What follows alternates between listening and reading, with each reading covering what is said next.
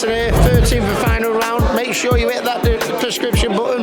I feel privileged to be like a fly on a wall and see you in training, how tense it was around Billy and all the rest. And then I see you go through your hardship, and we hadn't talked in about 20 years. How proud of you I am, because boxing, as much as people try, and you took it to a level that still people are trying to catch up. People talk about AJ, but for me, you was the man who took it to that level. Yeah, and at the end of the day, now people say, people that don't know me, what they say, what are you doing with yourselves now? And I say, well, everything I do is just trying to give a little bit back. Training fighters now, because if I can give some young 13th final round. Yeah. We've been trying to track this guy down for the last 2 years. We started this.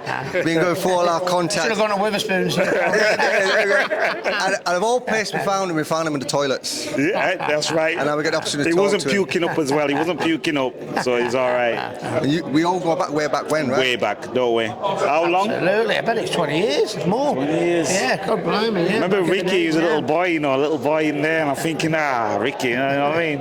Yeah, well, it was good times. Only seems like yesterday, yeah, you know definitely. what I mean? And when I think now the family, I've hung the gloves up, but my son Campbell's having a go. My nephew Jack, my niece Lola.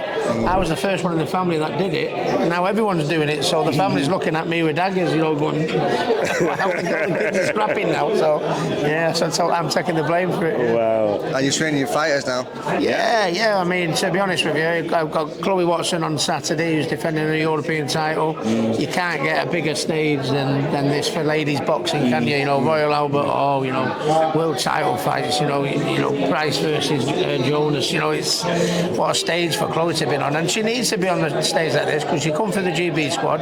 She won the European title after just 6 fights, but the last 12 months, there's been injuries and purse bids fell through, and opponents have got beat, and then it's just been a nightmare to be. So she's had a little bit of a frustrating time, but she's been rewarded by staying in the gym because she got a phone call 4 weeks out. Do you fancy going on the show? And because she was still in the gym and still working on it, she's been able to take advantage of it. So yeah, it's worked out good. Did you get experience off you for staying in the gym? The way you did it. No, keep to be honest with you, when I was on the stage when you was training with me, Donovan, I used to be in the gym Monday to Friday every day, sparring with Berkey and Andy Oliver and me and Wayne Pinder. Donovan, Wayne Pinder, Peter Judson, all them guys, and I had 9 fights in my first year, 9 fights in my second year. So I lived in the gym, had a little sneaky Saturday if I didn't have a date or anything like that.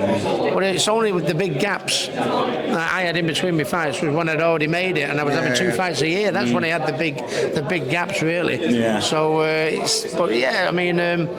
get all my boxers in the gym, weigh them before the fight, weigh them after, tell them if they can have a week off, they can't come back any longer than that because it's a case of do as I say now, not as I do as I say, not as I do. Yeah. Because I used to train at the Ingles, and I'd seen Naz do a similar thing. Live in the gym, became a champion, drifted away from the gym, come back in the gym. Because it's intense, isn't it? On that journey up, it's very intense. It's the long-term damage. I never failed, I never struggled at the weight. It was the damage I was doing from the weight I was constantly coming down in long-term longevity, type thing. Sooner or later, when you're young, I could whack me 3 stone off, put the stone back on overnight, whack 3 stone off. But then once as you get older, you get more fights under your belt, 12 rounders under your belt, up and down in weight. Sooner or later, your body says, can't do this no more. You've killed me. I've had enough. And it got to that stage where it was really hard, didn't it? Did get to that stage then, just the damage was done, and every time you got tickled on the chin, punches that bounced off you a few years ago. All of a sudden you think, shit, what's happening there? And that's the way it goes. So I'm a case in. I wouldn't change anything I did, to be honest with you, because everyone liked me because I was a Jack the lad. Let's go and watch that fat bastard. What are the funniest moments? My son and my boxers start behaving like that. It's not happening. Good. And you set the example for him as well. Yeah, that's very good. One of the funniest moments I had with you, I was with you and 2 others. I think there was 4 of us, and we went to a fish and chip shop, and you ordered first, and we thought you'd ordered for us. I said, no, that's mine. Serious? Yeah, see the size of that fish. How many was it? That size of that fish. A large one. Yeah, he could Wow. eat. He could eat. I've always wanted to say this, right? So when I trained around you, I was only like, I came over for like 6 weeks now and again, just little things, and I saw you on the way up, and I felt privileged to be like a fly on the wall and see you in training, how tense it was around Billy and all the rest, and then I see you go through your hardship, and we hadn't talked in about 20 years, and I've seen this up and down on TV this and that, and I just wanted to say, I always said the next time I get in front of you, I said to Donovan that how proud of Definitely you proud. I am, because boxing, as much as people try, and you took it to a level that still people are trying to catch up. People talk about AJ, but for me, you was the man who took it to that level. Yeah, well, you know, No one's took people to Vegas like you did. yeah, but at the end of the day, now people say, you know, people that don't know, you know, what they say, what are you doing with yourselves now? And I say, well, everything I do is just trying to give a little bit back. You know, training fighters now, because I mean,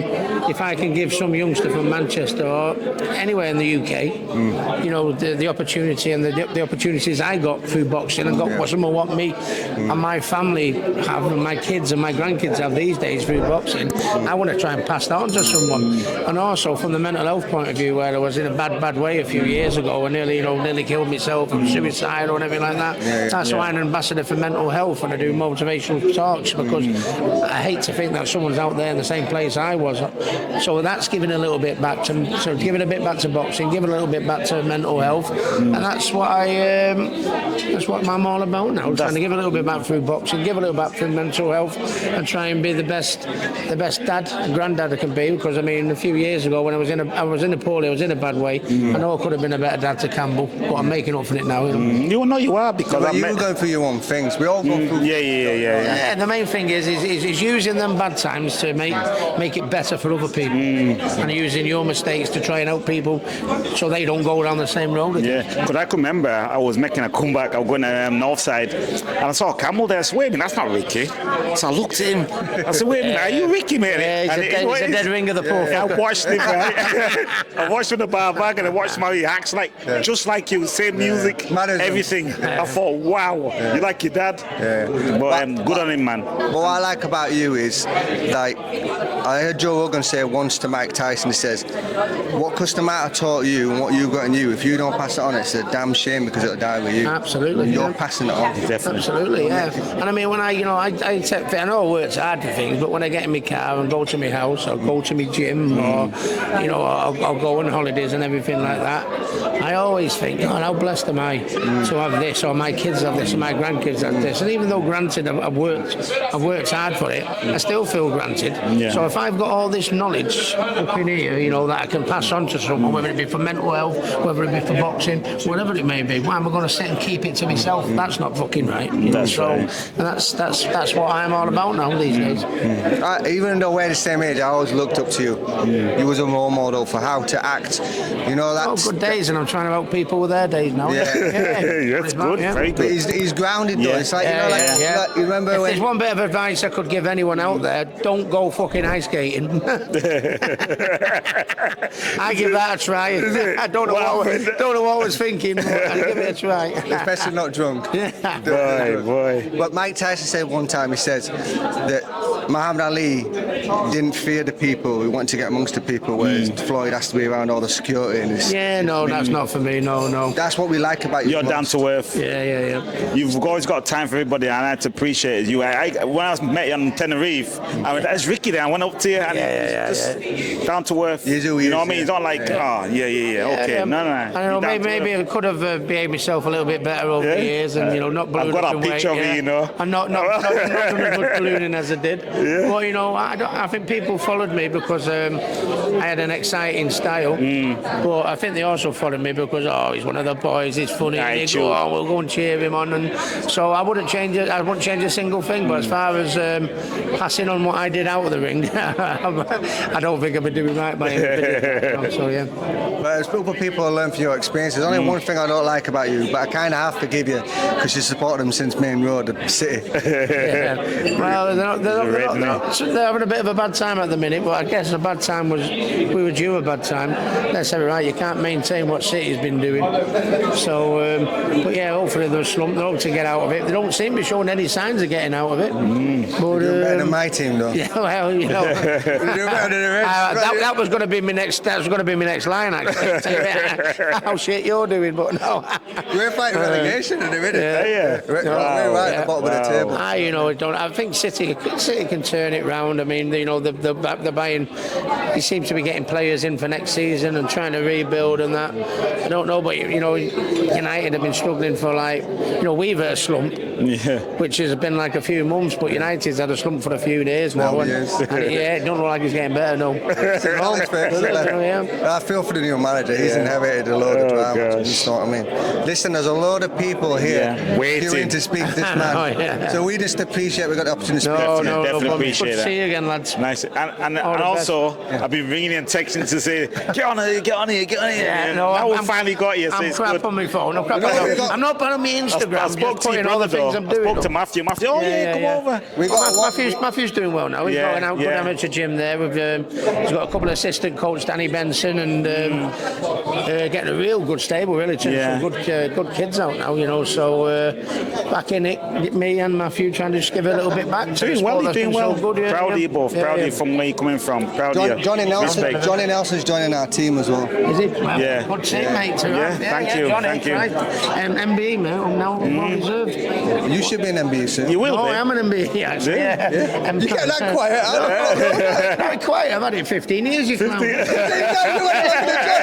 Wow. We'll search for that then. I'm trying to find YouTube. The worst thing is that's fucking shocking. MBE, Oh, gosh. All the best, boys. That's fun.